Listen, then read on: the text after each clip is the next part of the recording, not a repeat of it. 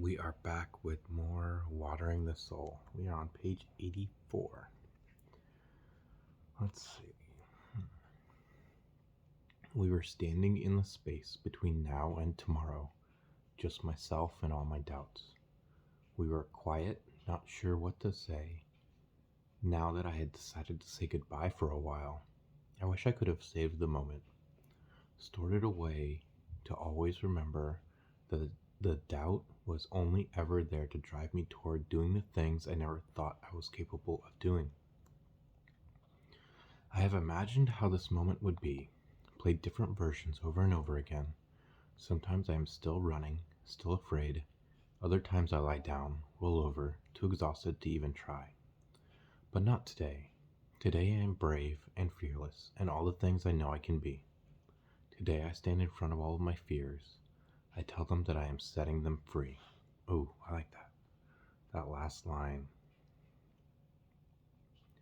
Oh, it's so good. I'm going to read it again. Today I stand in front of all my fears, and I tell them that I am setting them free. It's a good one. Good one to start on. All right. It was a gray sky kind of morning. She was in the corner of the room, watering her potted plants. She had a name for each one. She looked beautiful in the light, screaming through the room. Oh, streaming through the room. Not screaming through the room. Streaming through the room. She had art that lined the walls, seashells scattered on every surface, a wind chime hanging right above her doorway. And I wanted to tell her that I was not afraid of her past, that the people she had loved before did not matter to me, that all her scars and her fears were now part of me too.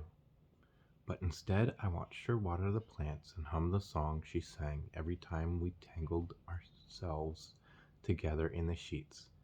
I decided I would show her for the rest of our lives, and I would do that by loving her for what she was and what she is and all that she can be.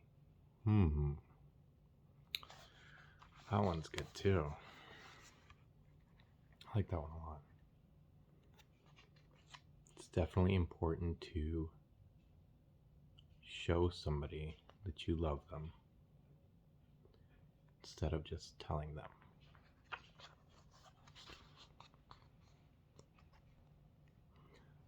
The trouble was, I looked for myself in the places that had already washed away.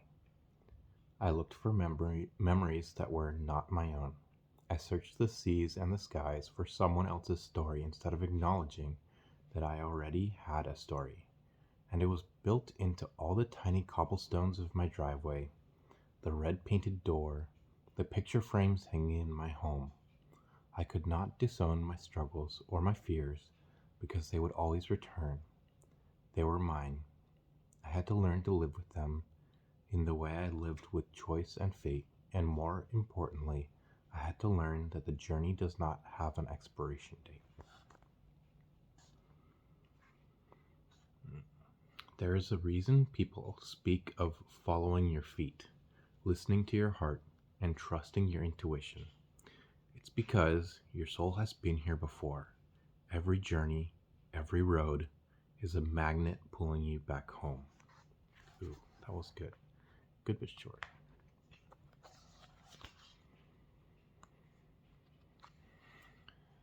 There are thousands of ways people tell you that you are beautiful, amazing, talented, and worthy. But all it takes is one person to tell you that you are less, that you don't matter, that you are not worth all the stars in the universe, and you unravel. Why is it that we pay more attention to the people who bring us undone than to the people who lift us up? Think about all that you could do if you listened to all the people who wanted nothing but the best for you, the dreams you could live, the goals you could achieve, the kindness you could spread, and the way you could flourish instead. So if today someone has told you that your existence is a burden, that the thoughts in your mind and the things in your heart do not mean a thing, I am telling you to look here instead, because you mean more than the words people say. You mean the world, and the world is everything. You are magic on any given day.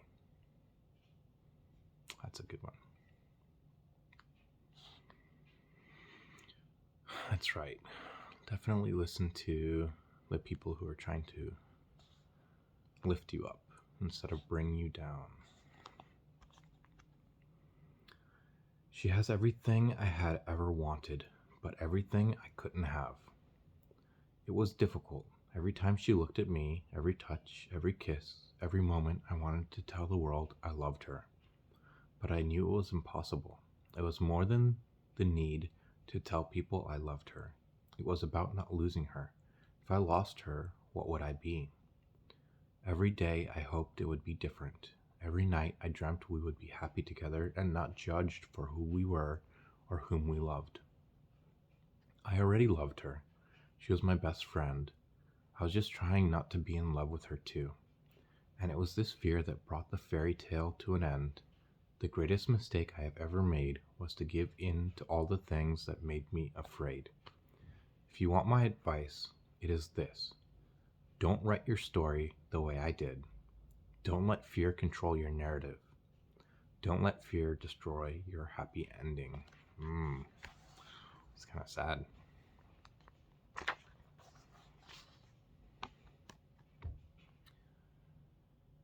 There she was, staring out over a cliff toward a sky filled with pink and lilac. So beautiful in all its colors, stitching all the memories of the day back together. And yet her heart ached for the unknown and yearned for what once was. Her eyes brimmed with tears as she fell deeper and deeper into the calls of her fears. How can I love again? She screamed to the valleys and the mountains and the ocean below. How can I open my heart again to the things I have never known? And the waves of the ocean grew bigger. The valley turned to song and the mountain stirred, rising and emerging the way the universe responds to a story desperate to be heard. You will love again the same way the earth loves the rain, how it washes away the dread, how it breathes new life into the darkness, and promises the rivers will be fed. You too will be nourished once more if you stop standing on the other side of a locked door.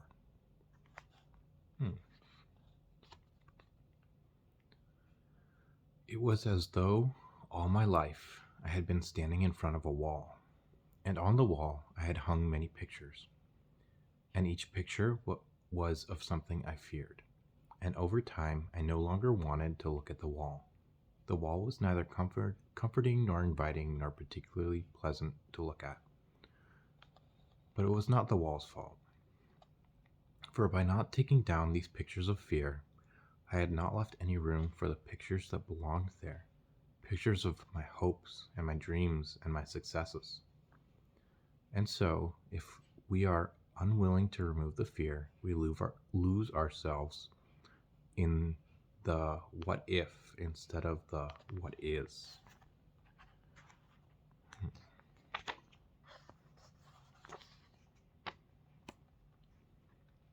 She was like the sun, the way she moved through life in a way that was effortless, strong, confident.